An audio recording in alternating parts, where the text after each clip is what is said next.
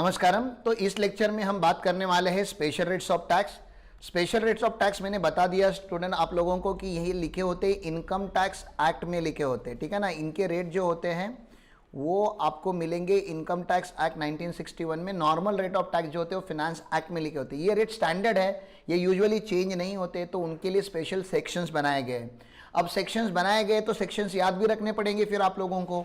तो यहाँ पे पहला सेक्शन जो है वो 111A है, short term capital gain STT paid 15%, ये शेयर मार्केट का सेक्शन है। Section 112 normal long term capital gain. India में कोई भी normal long term capital gain कमाते हो आप, आपके पास अगर वो असेट आप 3 साल तक होल्ड करते हो और अगर आप वो बेचते हो तो यूजुअली हम उसको नॉर्मल कैपिटल गेन बोलते हैं, लॉन्ग टर्म कैपिटल गेन बोलते हैं, जिसका स्टैंडर्ड रेट है 20%, ठीक है ना। शेयर मार्केट में अगर आपको लॉन्ग टर्म कैपिटल गेन होता है 1 लाख के ऊपर तो उसका रेट होता है 10%। इसके बारे में थोड़ी बातें मैं करता हूं। कैजुअल इनकम का टैक्स का रेट है 115 BB। कैजुअल इनकम मतलब लॉटरी, विनिंग्स, गैम्बलिंग, रेसेस, अगर आप ऐसा कुछ करके अगर पैसा कमाते हो तो 30% फ्लैट, आपको कोई डिडक्शन, कोई सेट ऑफ नहीं मिलता, डायरेक्टली आपके ऊपर 30% टैक्स रखता है। अगर आप अनडिस्क्लोज मनी के साथ पकड़े जाते हो डिपार्टमेंट के लिए, मतलब आपने चोरी करके रखी और आप डिपार्टमेंट ने भी आपको पकड़ लिया या आपने डिस्क्लोज सामने से किया है, आप अपने पाप धोना चाहते हो तो गवर्नमेंट बोलता है ठीक है, इसको एग्रीगेशन ऑफ इनकम बोलते हैं। और क्योंकि आप पापी हो तो आपके ऊपर नॉर्मल टैक्स नहीं लगना चाहिए, अभी आपके ऊपर 60% का टैक्स लगेगा और 25% का बाय डिफॉल्ट सरचार्ज भी लगता है और 4% का सेस लगता है, तो इफेक्टिवली 78% टैक्स लगता है। तो कल अगर आपके पास ब्लैक मनी है पकड़ लीजिए और आप अगर गवर्नमेंट को जाकर डिस्क्लोज करते हो कि सर जी ये रहा मेरा ब्लैक मनी, इसके ऊपर जो टैक्स लेना है ले लो, बचा हुआ मुझको दे दो, तो 78% मतलब 100 करोड़ में का 78 करोड़ तो एज ए टैक्स से जाएगा और 78 करोड़ का 10% एज ए पेनाल्टी जाएगा और इंटरेस्ट लगेगा वो अलग, और आपको जेल भी हो सकती है 3 साल तक की। वो डिपेंडिंग करता है कि डिपेंड करता है कि आपने कौन सा क्राइम किया है। 3 से 7 साल की आपको जेल भी हो सकती है। चलो ठीक है, रॉयल्टी करके कुछ तो एक बात करेंगे हम लोग IFOS के चैप्टर में, अदर सोर्सेस के चैप्टर में, जहाँ पे गवर्नमेंट इंकरेज करता है इंडियन लोगों को पेटेंट बनाने के लिए, इंकरेजमेंट करता है इनोवेशन के लिए। अगर आप कुछ इनोवेशन करते हो, कुछ अच्छा करते हो और आप ओरिजिनल पेटेंट होल्डर हो इंडिया में, तो आप लोगों को 70 जो टैक्स का रेट है 75% का खर्चा वो रिसर्च का इंडिया में होना चाहिए, ऐसा कोई कंडीशन है। और उसका टैक्स का रेट जो है वो 10% है। इंटरमीडिएट में ये सेक्शन के ऊपर ज़्यादा फोकस नहीं किया जाता, फाइनल के एंगल से ज़्यादा सेक्शन इंपॉर्टेंट है। फिर ये जो 3 टैक्स के रेट है इसके बारे में मैं बाद में बात करता हूं, पहले मुझे ऊपर के जो टैक्स के रेट्स है उनके बारे में प्लीज बात करने दो, ठीक है। अब मुझे बात करनी है हिस्ट्री की। हिस्ट्री में क्या होता था, ये इंडिया होता था और इंडिया का जब मार्केट ग्रो हो रहा था, आपने स्कैम 1992 देखा होगा, तो share market was a boom in 1990s का जो पीरियड था उसमें 1992, 1993, 1994, और बहुत सारे अमीर लोग उसमें पैसा लगाना चालू हो गए थे। FIS ने इंडिया में पैसा लगाना चालू किया था क्योंकि 1991 के बाद वो एक स्कीम था LPG करके, आप लोगों ने इकोनॉमिक्स में सुना होगा, लिबराइजेशन, प्राइवेटाइजेशन एंड ग्लोबलाइजेशन, जहाँ पे फॉरेन डायरेक्ट इन्वेस्टमेंट भी ओपन किया गया था। तो होता क्या था, ये इंडिया का अगर शेयर मार्केट है, शेयर मार्केट की थोड़ी बातें आप लोगों को पता होनी चाहिए क्योंकि आज के तारीख में शेयर मार्केट में ना एक आम पान वाला भी शेयर मार्केट में इन्वेस्ट कर रहा है, तो आप लोगों को इसके टैक्सेशन का नॉलेज होना थोड़ा जरूरी है। तो थोड़ी बातें उसकी करके चल रहा हूं, जबकि इसकी ज्यादा बातें हमें करनी है कैपिटल गेन चैप्टर में, लेकिन जनरल नॉलेज के हिसाब से जितना पता होना चाहिए उतना मैं आपको बता रहा हूं। अगर आप शेयर मार्केट में इन्वेस्ट करते हो, इंडियन शेयर मार्केट में, मैं पहले हिस्ट्री बता रहा हूं आप लोगों को, प्रेजेंट अलग है। इंडिया के लोग अगर इंडियन शेयर मार्केट में इन्वेस्ट करते तो ऑब्वियसली शेयर मार्केट से जो भी उनको इनकम आएगा वो गवर्नमेंट ने टैक्सेबल रखा था, ठीक है। अब यूएस से कोई इंडिया में इन्वेस्ट करता है और इंडिया से अगर कोई इनकम कमाता है मार्केट से तो वो टैक्सेबल है, ठीक है ना। कनाडा से कोई इन्वेस्ट करता है तो टैक्सेबल है। दुबई से अगर इंडिया में कोई इन्वेस्ट करता है तो टैक्सेबल है। एक कंट्री थी लेकिन मॉरिशियस, मॉरिशियस से अगर आप इंडिया में इन्वेस्ट करते हो, मॉरिशियस से अगर आप इंडिया में इन्वेस्ट करते हो तो ये टैक्स फ्री हुआ करता था, तो इसको मॉरिशियस रूट बोलते थे। मैंने आपको पहले ही बता दिया कि 2 कंट्री का अग्रीमेंट होता है कि आपके देश में कौन सा इनकम टैक्स होगा और कौन सा इनकम टैक्स नहीं होगा। उस अग्रीमेंट को बोला जाता है DTAA, double taxation avoidance agreement, जो 2 देश साइन करते हैं।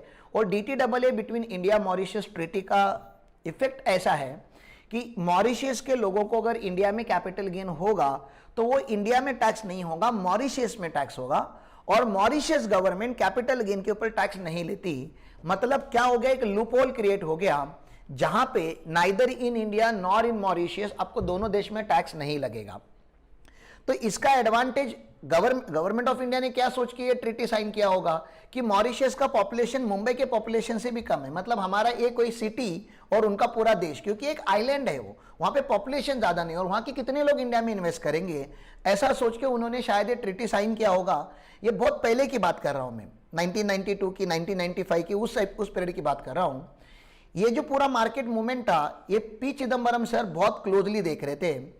और पी चिदम्बरम करके आपने अगर कभी नाम सुना होगा तो mister P Chidambaram is very famous finance minister for taking harsh decision in Indian taxation. तो इन्होंने 2004 में एक बात उन्होंने निकाली कि यार ये गलत हो रहा है। क्या गलत हो रहा है, उन्होंने क्या ऑब्जर्व किया, मैं आपको बता देता हूं। उन्होंने ऑब्जर्व किया कि मॉरिशस से हमारे देश में कुछ ज्यादा ही इन्वेस्टमेंट आ रहा है, और उन्होंने जब स्टडी किया कि ये कैसा हो रहा है, तो उन्होंने पाया कि अगर यूएसए से किसी को इंडिया में इन्वेस्ट करना है तो पहले वो कंपनी फ्लोट कर रहा है मॉरिशस में, और मॉरिशस से वो इन्वेस्टमेंट इंडिया में आ रहा है। कनाडा से किसी को अगर इंडिया में इन्वेस्ट करना है तो पहले वो मॉरिशस में जा रहा है और मॉरिशस से इंडिया में आ रहा है। वैसे ही फॉरेन के बाकी सारे देश भी जिनको ये प्रोविजन पता है, वो लोग मॉरिशस में जाके मॉरिशस रूट से इंडिया में आ रहे हैं।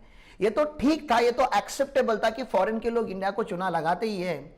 आप बिलीव नहीं करोगे, इंडिया की भी कुछ रिच फैमिलीज होती है, ठीक है ना, उन रिच फैमिलीज ने भी मॉरिशस में एंटिटीज फ्लोट की, और इंडिया में इंडिया का पैसा पहले इंडिया से मॉरिशस में लेकर गए और मॉरिशस से वो पैसा इंडिया में लेकर आए। ये सब कुछ ये लोग कर रहे थे खाली एक चीज करने के लिए, और वो था उनको टैक्स बचाना था। मॉरिशस रूट यूज करके उनको टैक्स बचाना था, टैक्स की चोरी करनी थी, ठीक है। तो गवर्नमेंट ऑफ इंडिया ने फिर क्या किया 2004 में इन्होंने बता ही दिया कि सुनो, एक काम करते हैं ना, तुम लोग इतना मेहनत करके टैक्स वैसे भी भरने की तुम्हारी इच्छा तो नहीं लग रही है, एक काम कर देते हैं हम लोग, इसको टैक्स फ्री कर देते हैं। क्या कर देते, इंडिया में इनकम ही टैक्स फ्री कर देते हैं। तो उन्होंने 2 सेक्शन लाए थे, 1034 जिसमें डिविडेंड पूरा एग्जम्प्ट हुआ करता था, डिविडेंड फुल्ली एग्जम्प्ट हुआ करता था, और एक सेक्शन लाया उन्होंने 1038 जिसमें long term capital gain, share market में लॉन्ग टर्म कैपिटल गेन मतलब 12 महीने से ज्यादा अपनी शेयर को होल्ड करके रखा है, तो उसको लॉन्ग टर्म कैपिटल गेन बोलते हैं, और इसको भी इन्होंने फुल्ली एग्जम्प्ट करके रख दिया। तो मार्केट से दो रिटर्न आते हैं वो उन्होंने पूरे एग्जम्प्ट कर दिए, डिविडेंड को पूरा एग्जम्प्ट कर दिया और लॉन्ग टर्म कैपिटल गेन को एग्जम्प्ट कर दिया। ये पुराना लॉ मैं आपको बता रहा हूं, ये लॉ आपको पढ़ने की कोई जरूरत नहीं, मैं खाली हिस्ट्री बता रहा था कि ऐसा कुछ हिस्ट्री में हुआ है। अब ये करने से क्या हो गया, क्योंकि हमने डिविडेंड और long term capital gain exempt किया है, अब यूएसए के लोग डायरेक्टली इंडिया में आएंगे तभी भी एग्जम्प्ट। अब मॉरिशस में जाना है नहीं आपको, कनाडा के लोग भी अगर इंडिया में आएंगे तभी भी एग्जाम, दुबई के लोग इंडिया में आएंगे एग्जाम, मॉरिशस के तो पहले भी एग्जाम थे, और इंडिया के लोग इंडिया में लगाएंगे तभी भी एग्जाम। अभी उनको कम से कम मॉरिशस में जाके इतना बड़ा राउंड मारने की जरूरत नहीं है। तो गवर्नमेंट ऑफ इंडिया ने ऐसा किया, but this amendment was brought by P Chidambaram, और क्योंकि ये पी चिदम्बरम सर ने लाया था, लोगों को पता था, वो लोग को हजम नहीं हुआ था कि ऐसे कैसे गवर्नमेंट एग्जाम कर सकता है, वो भी शेयर मार्केट। मुझे बताओ, शेयर मार्केट में सोसाइटी का कौन सा क्लास पैसा लगाता है? Lower class, middle class, high class लगाता है। और अपना इनकम टैक्स का पहले से क्या लॉजिक चल रहा है कि हाई क्लास वालों को सबसे ज्यादा टैक्स लगाना है, तो डिविडेंड और लॉन्ग टर्म कैपिटल गेन तो अमीर लोग ही कमा रहे हैं, और अमीर लोगों को तुमने क्या कर दिया यहां पे अभी एग्जाम कर दिया। ये डाइजेस्ट हो रहा है क्या तुम लोगों को? वो भी चिदम्बरम। देखो कोई और फाइनेंस मिनिस्टर होता तो एक बार शायद हम मान भी लेते कि वो बेचारा जेन्युइन होगा, उसको गेम पता नहीं होगा, he knew the game, he knew what he is doing, he is very smart. लेकिन उसने एक लॉ लाया इंडिया में, उसने बोला सिक्योरिटी ट्रांजैक्शन टैक्स करके छोटा सा आपको टैक्स देना पड़ेगा, और इसका रेट रखा इन्होंने 0.02% वगैरह, ऐसा एकदम बहुत कम रेट रखा। कैपिटल गेन का रेट कितना है? 20%। Capital long term capital gain का रेट कितना था तभी? 20%। मतलब मार्केट से अगर आपने 1 करोड़ कमाया तो डायरेक्टली 20 लाख रुपए आपका टैक्सेबल। अब उन्होंने क्या बोला कि सिक्योरिटी ये तो एग्जाम है, ये अभी टैक्स नहीं भरना है आपको, पूरा एग्जाम, फुल्ली एग्जाम। लेकिन फुल्ली एग्जाम का कंडीशन रखा कि आपको एसटीटी भरना पड़ेगा। क्या भरना पड़ेगा? एसटीटी। एसटीटी क्या होता है? सिक्योरिटी ट्रांजैक्शन टैक्स होता है। एसटीटी क्या होता है? Security transaction tax. Security transaction tax हम कब भरते हैं? जब भी आप शेयर मार्केट में जो रिकॉग्नाइज्ड स्टॉक एक्सचेंज बोला जाता है इंडिया का, तो आपके इंडिया में रिकॉग्नाइज्ड स्टॉक एक्सचेंज जो आपको सबको पता होगा वो बीएसई है और एनएसई है, बॉम्बे स्टॉक एक्सचेंज और नेशनल स्टॉक एक्सचेंज। तो जो आपका रिकॉग्नाइज्ड स्टॉक एक्सचेंज है, अगर आपने उसमें बाय और सेल का ट्रांजैक्शन किया तो आपको एसटीटी भरना पड़ता है। Rate of STT is very low, बहुत कम होता है, 0.02, 0.01, रेट बहुत कम होता है। लेकिन अगर ये टैक्स अगर आप भरोगे तो आपका कैपिटल गेन उन्होंने क्या करके रखा था? एग्जाम। ठीक है ना। तो आपको मैं उसका गेम बता देता हूं, आप बिलीव नहीं करोगे क्या ब्रिलियंट बंदा था, ठीक है ना। I just love him for this, ठीक है ना। अगर ये कोई बंदा है जो मार्केट में ट्रेडिंग कर रहा है, वो खुश है। ये खुश क्यों है अभी? क्योंकि इसको टैक्स एग्जाम हो रहा है ना। लॉन्ग टर्म कैपिटल गेन 1038 में एग्जाम हो रहा है, बहुत खुश है। खुशी खुशी लोग मार्केट में और पैसा लगा रहे, और पैसा लगा रहे, क्योंकि आप ज्वेलरी में इन्वेस्ट करो, ज्वेलरी सेल करो, टैक्स लगेगा। प्रॉपर्टी में इन्वेस्ट करो, प्रॉपर्टी सेल करो, टैक्स लगेगा। आप मार्केट में पैसे लगाओ, मार्केट से कैपिटल गेन कमाओ, आपको टैक्स नहीं लगेगा। और क्या चाहिए आपको? और आप अमीर हो पहले से ही। आप समझ रहे हो क्या? तो ये बंदा बहुत खुश हो गया, लेकिन चिदम्बरम को पता था उसने क्या करके रखा है। चिदम्बरम ने पहले लॉन्ग टर्म कैपिटल गेन जो टैक्स होता था शेयर मार्केट का, तभी क्या होता था वो देखो, और अभी एसटीटी जब से आया तभी क्या हो रहा है वो देखो। पहला कैपिटल गेन टैक्स होता था, क्या होता था पहले? कैपिटल गेन टैक्स होता था। अब ट्रांजैक्शन वैल्यू टैक्स हो रहा है। नहीं समझा तुम लोगों को? गेन 1 करोड़ का गेन होने के लिए कभी कभी 100 करोड़ का ट्रांजैक्शन करना पड़ता है। पहले 1 करोड़ के ऊपर 20% था, तो बेस कम था ना, रेट ज्यादा था। अब 100 करोड़ के ऊपर 20% और 0.02 जो भी रेट होगा वो 100 करोड़ के ऊपर लगा, मतलब बेस सडनली बढ़ गया ना। 1 लाख रुपए का गेन कमाने के लिए लोगों को 1 करोड़ का डीलिंग करना पड़ता है। लाख रुपया कमाना मार्केट में इतना भी आसान नहीं है, आपका इन्वेस्टमेंट उतना बड़ा होना चाहिए। तो आप समझो कि पहले जो लोअर वैल्यू पे गेन तो नेट वैल्यू हो रहा था ना, नीचे वाला वैल्यू, अभी हम लोग टॉप वाला वैल्यू, फर्स्ट वैल्यू पे टैक्स लगा रहे हैं। उसका नाम हमने बदल दिया, कौन सा? एसटीटी, ठीक है ना। दूसरा गेम सुनो, तुमको लगता रहेगा इतना ही क्या, नहीं नहीं, सुनो आगे जाके सुनो। मार्केट में 95% लोगों को तो लॉसेस होते हैं, उनको गेन थोड़ी ना क्या होता है, गेन तो खाली 5% लोगों को होता है। मतलब मार्केट में जितने भी पार्टिसिपेंट होते थे पहले, जितने भी लोग आज मार्केट में इंटर करेंगे, उसमें के खाली 5% लोग आज टैक्स देंगे, क्योंकि उतने ही लोग गेन लेके घर पे जाएंगे, पकड़ लो ऑन एन एवरेज। 95% लोग तो लॉस लेके जाएंगे ना घर पे, आप समझ रहे हो ना। लेकिन ट्रांजैक्शन तो 100% लोगों ने किया ना। और ये जो एसटीटी है वो गेन के ऊपर नहीं है, वो ट्रांजैक्शन के ऊपर है। तो ये 100% लोग टैक्स भरेंगे। ये तो कुछ भी नहीं है, तो छोड़ दो। गेन किसको होता है? गेन किसको होता है? ट्रांसफरर को होता है कि ट्रांसफरी को होता है? मतलब सेलर को होता है कि बायर को होता है? बायर को गेन होता है, हरामखोर लोग। सेलर को होगा ना, अब जो बेचेगा उसको गेन होगा ना। तो पहले ट्रांसफरर टैक्स भरता था। कौन भरता था टैक्स? ट्रांसफरर टैक्स भरता था, क्योंकि खाली सेलर को गेन हो सकता है ना। मैंने 10,000 की चीज 12,000 में बेची तो मुझको 2,000 का गेन हुआ। ओके, अब समझ रहे हो क्या? ट्रांजैक्शन कितने लोगों ने किया लेकिन मार्केट में? 2 लोगों ने किया। मतलब ट्रांसफरर ने भी ट्रांजैक्शन किया सेल का, और ट्रांसफरी ने भी ट्रांजैक्शन किया बाय का। यहां पे बायर भी टैक्स भरता है और सेलर भी टैक्स करता है, दोनों से टैक्स लेता है वो। Chidambaram is not a easy game. Chidambaram is a brilliant finance minister. ये तो कुछ भी नहीं। मार्केट में जो पहले लॉसेस होते थे उसका सेट ऑफ मिला करता था, ठीक है ना। इसका पहले सेट ऑफ मिलता था, क्योंकि लॉस करोगे तो सेट ऑफ मिलेगा, प्रॉफिट करोगे तो टैक्स लगेगा, ठीक है ना। क्योंकि यहां पे गेन एग्जम्प्ट हो गया है 1038 में, आपका लॉस इग्नोर किया जाएगा, क्योंकि फायदा होगा तो टैक्स नहीं लगेगा ना, तो लॉस होगा तो सेट ऑफ क्यों देंगे? सेट ऑफ भी आपको नहीं देंगे। क्या गेम खेला है बंदे ने, आप बिलीव नहीं करोगे। पूरे शेयर मार्केट को ये समझते समझते 10-12 साल लग गए कि उसने दिखाया कुछ और मारा किधर और ना। वो गेम नहीं होता क्या तुम्हारा? तुम ऐसा एक्टिंग करते हो, ऐसे पाउडर पाउडर पाउडर, इधर से मारने का एक्शन करते हो लेकिन इस हाथ से मारते हो। तो ये भी बोल रहा है exempt exempt exempt exempt exempt, ले टैक्स ले, एग्जम्प्ट एग्जम्प्ट एग्जम्प्ट, एसटीटी, ठीक है ना। तो ये गेम उसने खेल लिया, लोगों को एग्जम्पशन दिखा के उसने टैक्स ले लिया। आप बोलोगे सर वो मॉरिशियस वाले लोग, वो मॉरिशियस रूट से आएंगे तो वो तो अभी भी होगा ना। इंडिया ने बोला था कि कैपिटल गेन टैक्स से आपको मुक्ति है। कौन से टैक्स से मुक्ति है? एसटीटी तो नया टैक्स है ना, उससे अभी तक हमने अग्रीमेंट थोड़ी ना क्या साइन किया है। तो तू मॉरिशियस से भी अगर आएगा तभी भी एसटीटी तो लगेगा ही लगेगा। तो मॉरिशियस वाला रूट भी हमने इनडायरेक्टली बंद कर दिया, ठीक है ना। इतना सब हुआ है बीजेपी गवर्नमेंट आने से पहले। अब बीजेपी गवर्नमेंट आ गई 2014 में, फिनेंस मिनिस्टर बन गए अरुण जेटली सर। अरुण जेटली सर और मोदी अंकल जाने लगे फॉरेन कंट्रीज में, बहुत टूर करने लगे थे। आपको पता होगा अगर 2014 के बाद बदनाम हो गए थे मोदी अंकल की, घूमते ही रहते। जब वो फॉरेन कंट्री में जाते थे तो लोगों ने कंप्लेन करना चालू किया, ये कौन सा गेम खेलते हो भैया तुम, कुछ और दिखाते हो, कुछ और लेते हो, एग्जम्पशन बोल के टैक्स लगा देते हो। और तुम चाहते हो कि हम आपकी इंडिया को प्रोग्रेस करने के लिए हेल्प करें। This is how you treat your guest, this is how you treat your non resident, this is how you treat your FII। Is it a way? Showing something else, playing something else. Exempt रखना है तो exempt रखो, tax रखना है तो tax रखो। ये क्या एग्जाम्प्ट बोलते हो और टैक्स करते हो, ये कौन सी बात हो गई? तो you have to play fair game with us. नहीं तो ये बातें खाली आपकी जो पॉलिटिकल मीटिंग्स वगैरह ना, दैट डजंट मीन एनीथिंग। तो अरुण जेटली सर ने घर पे आके स्टडी किया अच्छे से। 2014 में स्टडी किया, 2015 में स्टडी किया, 2016 में स्टडी किया, 2017 में स्टडी किया, 2018 his last budget before his death. उन्होंने एक सेक्शन लाया इंडिया में और बोला 112A, नया सेक्शन लाया 112A। और इस सेक्शन में उन्होंने बोला इनफ ऑफ दिस शिट, मुझको शेयर मार्केट को एग्जेम्प्ट नहीं रखना है। शेयर मार्केट एक ऐसा प्लेटफॉर्म है जहां पे लोग करोड़ों रुपया कमा रहे हैं।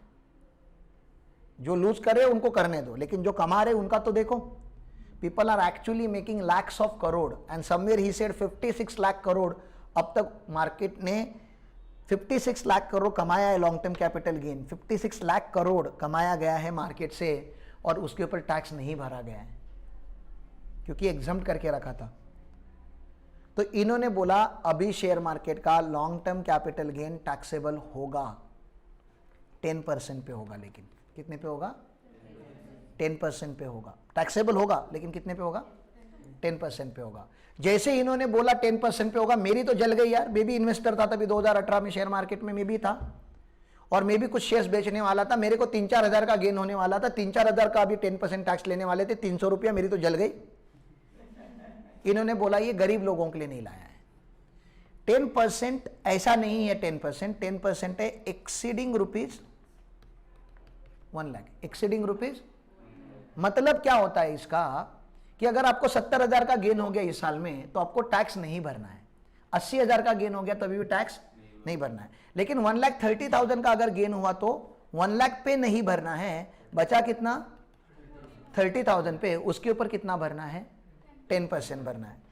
नॉट ओनली दैट, एक ग्रैंडफादरिंग क्लॉज करके है कुछ तो, कि जो मार्केट वैल्यू 31 जनवरी 2018 तक का कुछ ना कुछ वो बेनिफिट देती है मार्केट वैल्यू का, वो आपको नहीं समझेगा अभी because that will be too early for discussion. लेकिन कुछ और बेनिफिट दिया है जिन्होंने मार्केट में इसके पहले इन्वेस्ट किया था, ये बजट आने से पहले। ये बजट 1 फेब 2018 को आया था। ये जो बात हो रही है, ये बात हो रही है 1 फेब 2018 को। इन्होंने बोला जो कल तक का गेन हुआ है आपको, नोशनल गेन, उसके ऊपर हम आपसे टैक्स नहीं लेंगे। इसके आगे जो होगा उससे हम आपके ऊपर टैक्स लेंगे।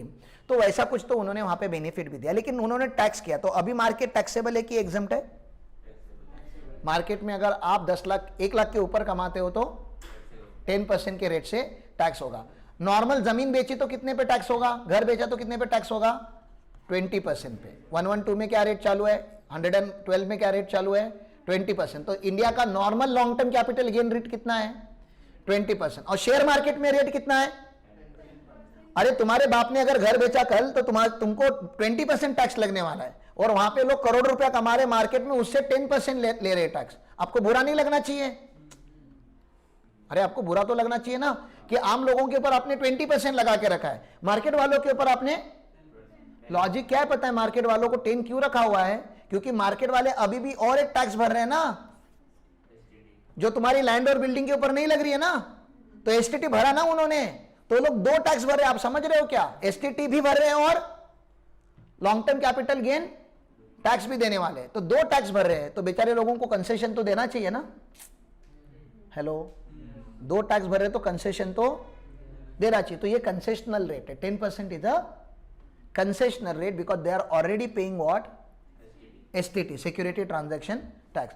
लॉन्ग टर्म होगा तो 10%, शॉर्ट टर्म होगा तो शॉर्ट टर्म कैपिटल गेन होगा मार्केट में तो 1 साल के अंदर अगर आपने बेचा होगा तो period of holding less than 12 month अगर होगा तो आपका मार्केट में अगर आपने 12 महीने के अंदर अगर शेयर बेचा होगा तो रेट जो होता है वो 15% होता है। और यहाँ पे 1 लाख रुपए का वगैरह कोई कंसेशन नहीं है। 15% भी जो है वो भी मैं कंसेशनल रेट ही आपको बताऊंगा, क्योंकि नॉर्मली इंडिया में 30% के आसपास इनकम टैक्स होता है ऑन एन एवरेज इंडिविजुअल्स का। 10 लाख के बाद टैक्स का रेट क्या है?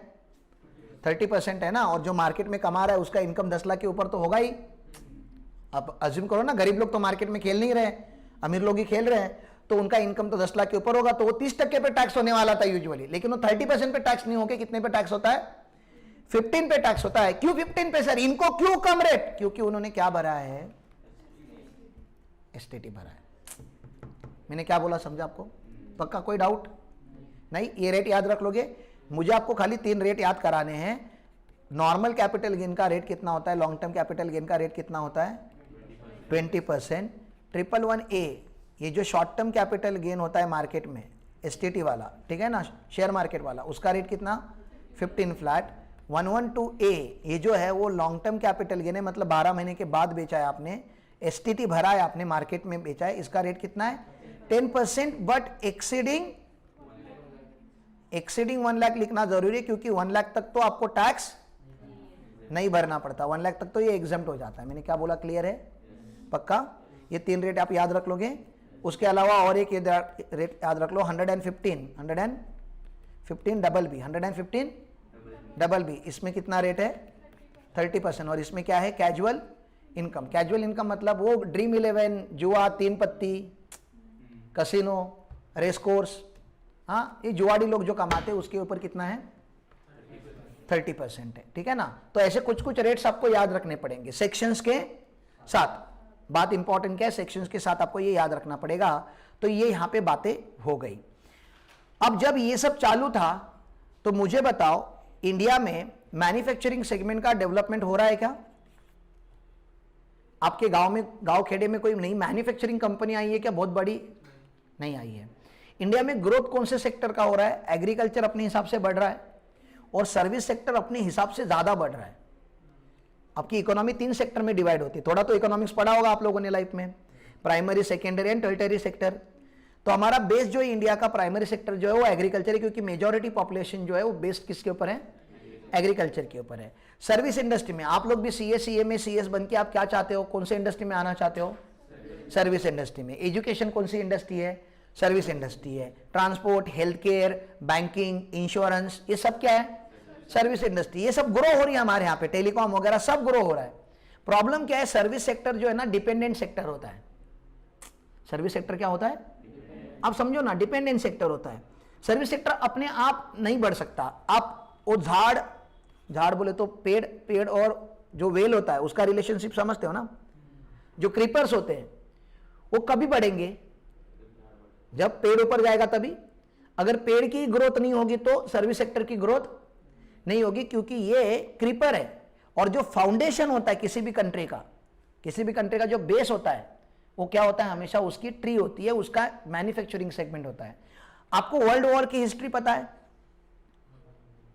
वर्ल्ड वॉर सुना तो होगा, ऐसा कुछ हुआ था। हाँ, WW1, WW2, world war 1, world war 2। उसमें मेजर कंट्रीज कौन से थे, मेजर पार्टिसिपेंट कौन थे? जब वर्ल्ड वॉर हुआ था तो सबसे बड़े बड़े कंट्रीज जो कौन से थे, जो प्लेयर थे वर्ल्ड वॉर में? हाँ, रशिया था, जर्मनी था, अमेरिका था, यूएसए था, जापान था, बराबर ना। ये सब बड़े बड़े कंट्रीज थे ना, ये सब पार्टिसिपेंट थे। आज के तारीख में सबसे लार्जेस्ट इकोनॉमी कौन सी है? अमेरिका है, जापान है, रशिया है, जर्मनी है, फ्रांस है, चाइना है, ठीक है ना। तो यही लोग तो है, स्ट्रांग भी यही लोग है ना। तो 1930s के आसपास वर्ल्ड वॉर 1 हुआ था, 1940s के आसपास वर्ल्ड वॉर 2 हुआ था, ठीक है ना। पीरियड इंपॉर्टेंट नहीं है, मतलब 60-70 साल पहले वर्ल्ड वॉर हुआ था। And this countries were completely destroy. अगर आपने कोई भी मूवी देखी होगी वर्ल्ड वॉर के बेसिस की, कंप्लीटली डिस्ट्रॉय। जापान तो एटॉमिक बॉम्ब डाला गया उसके ऊपर, और 60-70 साल में they became strongest economy in the world, पूरा डिस्ट्रॉय होने के बाद। और इंडिया क्या कर रहा था उस पीरियड में? 1947 के पहले अंग्रेजों के साथ लड़ रहे थे हम लोग। 1947 के बाद हिंदू, मुस्लिम, सिख, ईसाई, महाराष्ट्र, कर्नाटका, हम लोग उसी में बिजी रह गए। और इकोनॉमी में बाकी लोगों ने क्या कर लिया, मैन्युफैक्चरिंग एस्टैब्लिश कर लिया। तो आपके घर में या ऑफिस में जितने भी इलेक्ट्रॉनिक्स आइटम्स हैं सारे इंपोर्टेड है। मैं अभी जितने लेक्चर्स लेने के जितने भी प्रोडक्ट यूज कर रहा हूं यहां पे, कैमरा, माइक, लैपटॉप, लाइट्स, सब इंपोर्टेड है। अब बड़ी बड़ी गाड़ियों के ब्रांड बोलो, BMW, Mercedes, Honda, Hyundai, Suzuki, ये सारी फॉरेन कंपनीज है। तेरे घर पे तो कोलगेट भी जो यूज करता है वो भी फॉरेन कंपनी है। तो सोप जो यूज करता है वो हिंदुस्तान यूनिलीवर का करता है, यूनिलीवर यूके की कंपनी है। आप जो ब्रांडेड कपड़े पहनते हो, लिवाइज वगैरह जो भी है, या स्पोर्ट आइटम जो है पूमा या एडिडास या नाइकी, ये सब कुछ फॉरेन कंपनी। तो कोल्ड ड्रिंक पीता है तो पेप्सी कोका या कोको कोला का पीता है, वो भी फॉरेन कंपनी है। तो मैगी खाता है वो नेस्ले का है, कॉफी पीता है वो नेस्ले का है, वो भी फॉरेन कंपनी है। मतलब घर के हर एक प्रोडक्ट में फॉरेन कंपनी पहुंच गई और इंडियन वाले रह गए हिंदू मुस्लिम, बीजेपी, कांग्रेस, यही लड़ते हुए। और तुमको फिर डेवलपमेंट कैसे दिखेगा ना? डेवलपमेंट तो दिखना ही नहीं, तुम तो अपने अपने में बिजी हो। ठीक है, वहां के लोगों ने कमिटमेंट लिया है कि हमको देश बदलना है और पूरे देश के लोगों ने साथ में आके देश बदला हुआ है। गवर्नमेंट ने नहीं बदला देश, उधर के लोगों ने देश बदली की है। सॉफ्टवेयर कंपनीज कहाँ की है? एंड्रॉयड, माइक्रोसॉफ्ट, iOS, ये कहाँ की है? बिना सॉफ्टवेयर का तो आज कुछ नहीं हो रहा है ना। हर एक के मोबाइल में सॉफ्टवेयर है, हर एक के कंप्यूटर में सॉफ्टवेयर है, वो बाहर की है। उबर, अमेजॉन कहाँ का है? वो भी बाहर की है। मैं नहीं बता रहा कि इंडियन नहीं है, इंडियन अभी है उसमें। आई एम नॉट सेइंग हम नहीं है, मैं बता रहा हूं हम है, तभी तो हम 6th लार्जेस्ट इकोनॉमी हम है ना। ये 5 होने के बाद 6th जो आता है वो इंडिया आता है। We are not zero.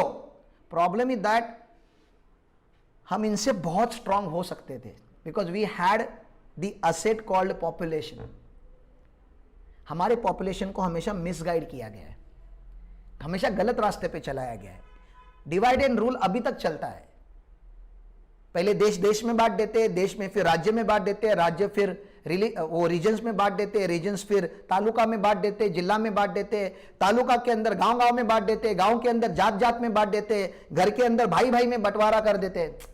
We always live in divided society, we are not united society. एक साथ में आके कुछ करने का किसी के अंदर इच्छा नहीं है अभी, बिकॉज साथ में रहना ही नहीं है किसी को, सबको अपना अपना करना है।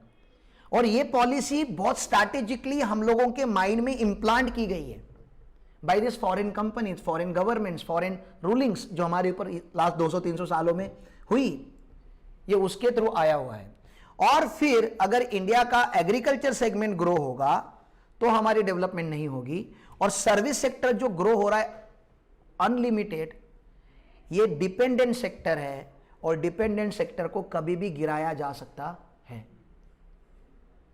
आप सीए में बनोगे, आपके पास जॉब नहीं रहेगी, आपके पास क्लाइंट नहीं रहेगा। क्यों? क्योंकि आप तो रेडी हो काम करने के लिए, लेकिन इंडस्ट्री में उतनी कंपनीज नहीं आ रही है। आपने बैंक चालू किया लेकिन लोन लेने के लिए इंडस्ट्री नहीं है। आपने ट्रांसपोर्ट कंपनी चालू की लेकिन गुड्स सप्लाई होने के लिए गुड्स नहीं है। तो क्या ग्रो होना जरूरी है? कौन सी इंडस्ट्री ग्रो होना जरूरी है? मैन्युफैक्चरिंग ग्रो होना जरूरी है। मैन्युफैक्चरिंग ग्रो होगा तो क्या हो जाएगा? क्या हो जाएगा इकोनॉमी में? ऐसा क्या फर्क पड़ेगा कि अगर हम हमारा कोलगेट हम बनाए, हमारा टूथपेस्ट हम बनाएंगे, टूथब्रश हम बनाएंगे, हम जो कोम भी यूज करते हैं वो भी साला इंपोर्टेड है। दिवाली में तुम फटाके फोड़ते हो वो भी इंपोर्टेड होते हैं। ये बलून तुमने फुगाया वो भी इंपोर्टेड है। मतलब कहां तक पहुंच गया? तुम्हारा जो 2 रुपए का पेन तुम लोग लिख रहे हो वो भी इंपोर्टेड पेन है। मतलब हम किस हद तक इंपोर्टेड चीजें यूज कर रहे हैं। और अगर हमने इंडिया में ऑल्टरनेटिव मैन्युफैक्चरिंग सेगमेंट को अगर ग्रो नहीं किया तो we are going to lose. बाकी लोग हमसे सरपास कर लेंगे, इंडोनेशिया आगे चले जाएगा, चाइना ऑलरेडी आगे। तो अगर आपको if you are willing to become one of the strongest economy in coming 10 to 15 years, आपको एक ही सेगमेंट के ऊपर काम करना है और वो कौन सा है? मैन्युफैक्चरिंग। मैन्युफैक्चरिंग बढ़ेगा इंडिया में तो प्रोडक्शन बढ़ेगा, प्रोडक्शन बढ़ेगा तो एम्प्लॉयमेंट बढ़ेगा, एम्प्लॉयमेंट बढ़ेगा तो लोगों का लाइफस्टाइल चेंज होगा, तो उनके पास हाथ में पैसा आएगा, उनके हाथ में पैसा आएगा तो वो और प्रोडक्ट की डिमांड करेंगे, और प्रोडक्ट की डिमांड करेंगे तो और मैन्युफैक्चरिंग कंपनीज आएंगी, और मैन्युफैक्चरिंग कंपनीज आएंगी तो और ज्यादा एम्प्लॉयमेंट बढ़ेगा। आप समझ रहे हो क्या? तो फार्मर का जो रॉ मटेरियल है वो इंडिया में कंज्यूम होना चालू होगा। क्यों? क्योंकि वो रॉ मटेरियल वो बनाएगा। जैसे रबर की फैक्ट्री आई तो केरला के जो लोग रबर की ट्री कट करके अभी वहां पे कुछ और कर रहे हैं, वो लोग रबर के प्लांट्स लगाएंगे क्योंकि रबर की वैल्यू बनी रहेगी।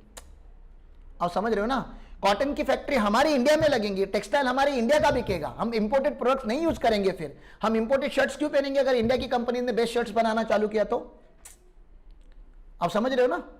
तो इंडिया में प्रोडक्शन बढ़ेगा तो एग्रीकल्चर ऑटोमेटिकली बढ़ेगा, और अभी फार्म से लेके फैक्ट्री तक लाने के लिए ट्रांसपोर्ट लगेगा, तो ट्रांसपोर्ट सेक्टर बढ़ जाएगा, मैन्युफैक्चरिंग बढ़ेगा तो इंश्योरेंस सेक्टर बढ़ेगा, और ये सारे सेक्टर बढ़ेंगे तो बैंकिंग सेक्टर बढ़ जाएगा। बैंकिंग सेक्टर ये सब अगर बढ़ेगा तो सीएस, सीएमएस, सीएस हम लोगों को जॉब मिलना चालू हो जाएगा, मतलब कंपनीज बढ़ जाएगी, मतलब सर्विस सेक्टर ऑटोमेटिकली ग्रो होता है। अभी भी ग्रो हो रहा है, लेकिन हम लोग ज्यादा से ज्यादा सर्विसेज फॉरेन कंपनीज को दे रहे हैं, इंडियन कंपनीज को नहीं देते। तो हम चाहते कि इंडिया में कंपनीज आए। तो 2014 से जो करंट गवर्नमेंट है उसने बहुत सारे पॉलिसीज बनाए, बहुत सारे पॉलिसीज बनाए कि इंडिया के लोगों की मेंटालिटी चेंज हो। And I am just speaking on behalf of them, क्योंकि आप लोगों को नहीं बताऊंगा तो किसको बताऊंगा, ठीक है ना। तो उन्होंने बनाया मैन्युफैक्चरिंग के लिए अलग अलग पॉलिसीज बनाए। उन्होंने बनाया मेक इन इंडिया, ये सुना है आप लोगों ने? मेक इन इंडिया का सिंबल वो लायन है, उसके अंदर चार्टर्ड अकाउंटेंट लैपटॉप लेके नहीं बैठा है, मतलब उसके अंदर एक भी ऐसा पार्ट नहीं है जो सर्विस सेक्टर को डिनोट करता है। मेक इन इंडिया का जो लायन है उसमें सारे टूल्स है, नटबोल्ट है, मतलब वो किसको डिनोट कर रहा है? फार्मर को भी डिनोट नहीं कर रहा है। वो कौन से सेक्टर को रिप्रेजेंट करता है? मैन्युफैक्चरिंग सेक्टर को डिनोट करता है, ठीक है ना। फिर उन्होंने बोला मेक इन इंडिया तो ठीक है, लेकिन हम लोग जैसे आउटडेटेड वे में मैन्युफैक्चरिंग करते थे लेबर यूज कर करके, वैसा नहीं करना है। हमें टेक्नोलॉजीज लगा के, सॉफ्टवेयर लगा के, एआई, आर्टिफिशियल इंटेलिजेंस लगा के मैन्युफैक्चरिंग करना पड़ेगा। तो उन्होंने एक नया सिस्टम लाया, डिजिटल इंडिया। सर हम अभी इनफ इज इनफ, हम अभी रिलायंस से, टाटा से, बिरला से कितना एक्सपेक्ट करोगे यार, क्या ले लोगे उनसे तुम?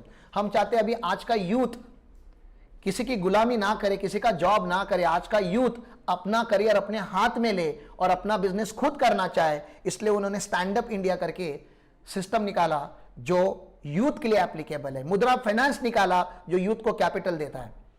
और क्योंकि उनको और बड़ा फाइनेंस मिलना चाहिए तो उन्होंने स्टार्टअप इंडिया करके भी कॉन्सेप्ट निकाला है।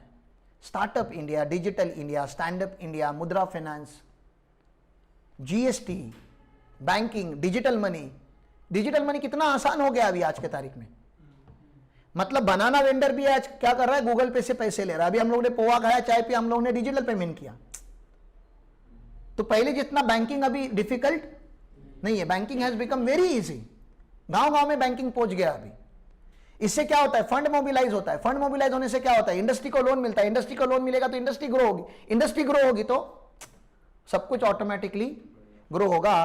तो the strongest economy today are not strongest because of their agriculture, strongest economy are not strongest because of their service sector, strongest economy are called strongest economy because of their manufacturing sector. And India left behind because of Mahatma Gandhi. He gave the slogan swadeshi, विदेशी company को India में नहीं लाने का। He was right, I am not saying he was wrong, लेकिन आपको अगर history पता होगा तो ब्रिटिशर्स इंडिया में बिजनेस करने आए थे through east India company, and they ruled us for over 150 years.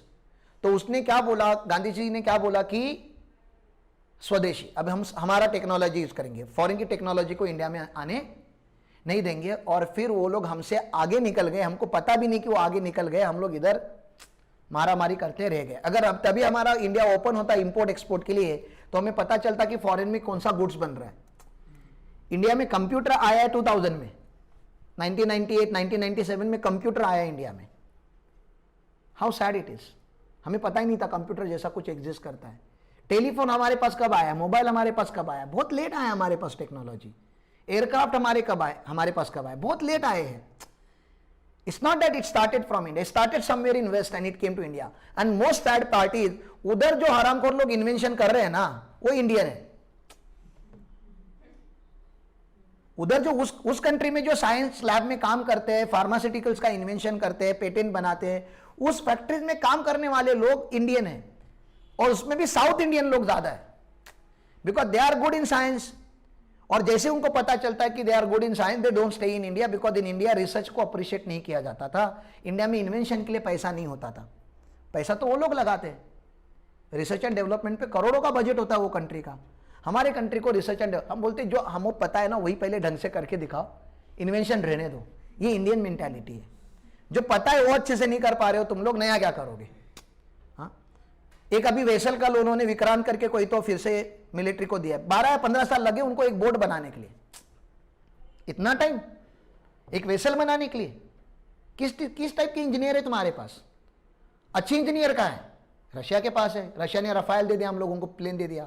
I am very much sure कि वहां पे भी उस डिवीजन में जहां पे रफाल इन्वेंट हुआ है 30-40% तो इंडियन होंगे वहां पे।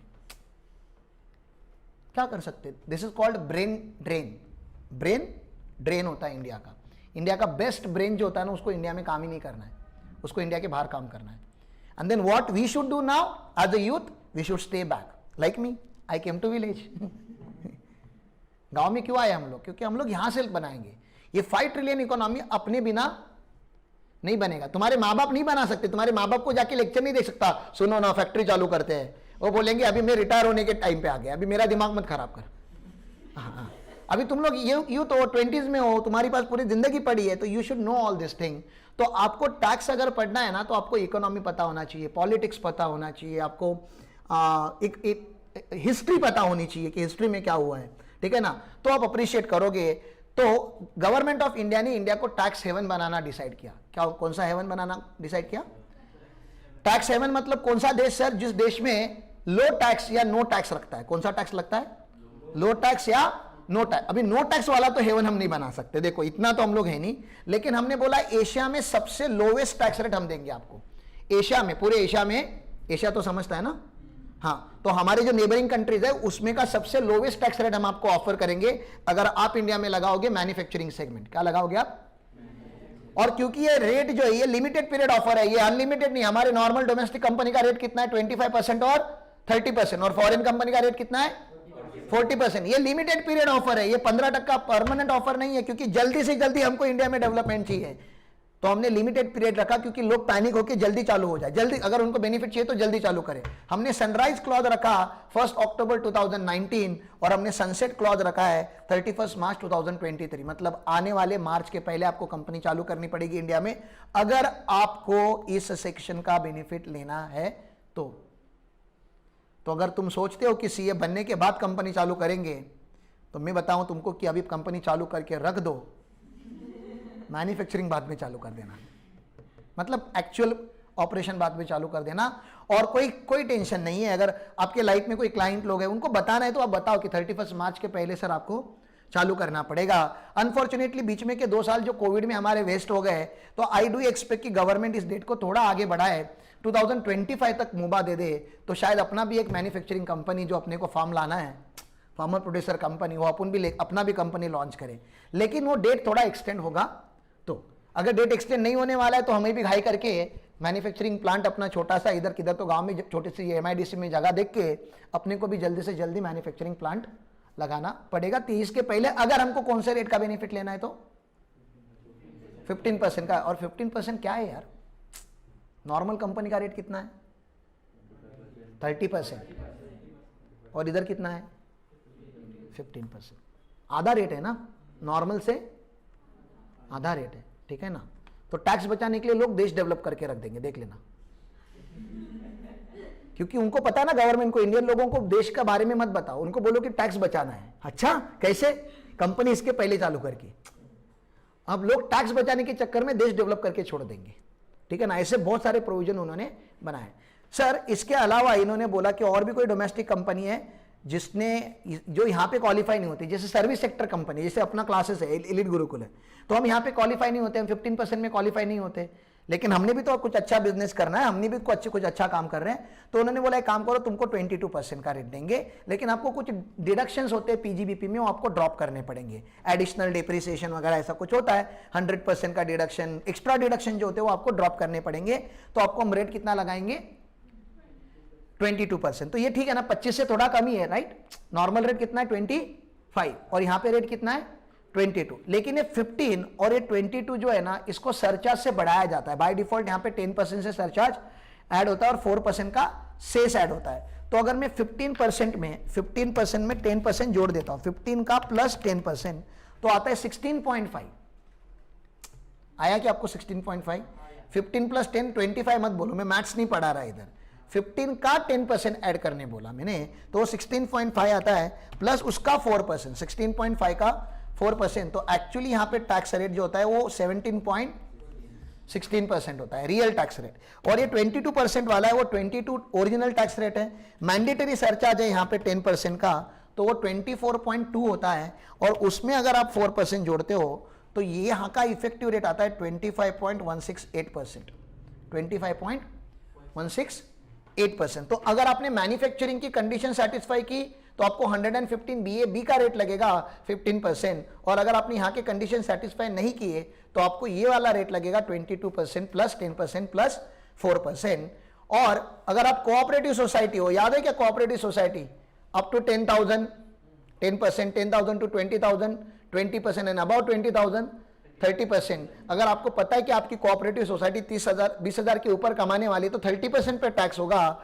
अगर आप उसकी जान बचाना चाहते हो तो उसको 115 BAD में डाल दो, कम से कम वो इफेक्टिव टैक्स कितना भरेगी 22% प्लस 10% प्लस 4%, मतलब वही 25.168%। 30% से तो भाई 5% तो कम से कम है।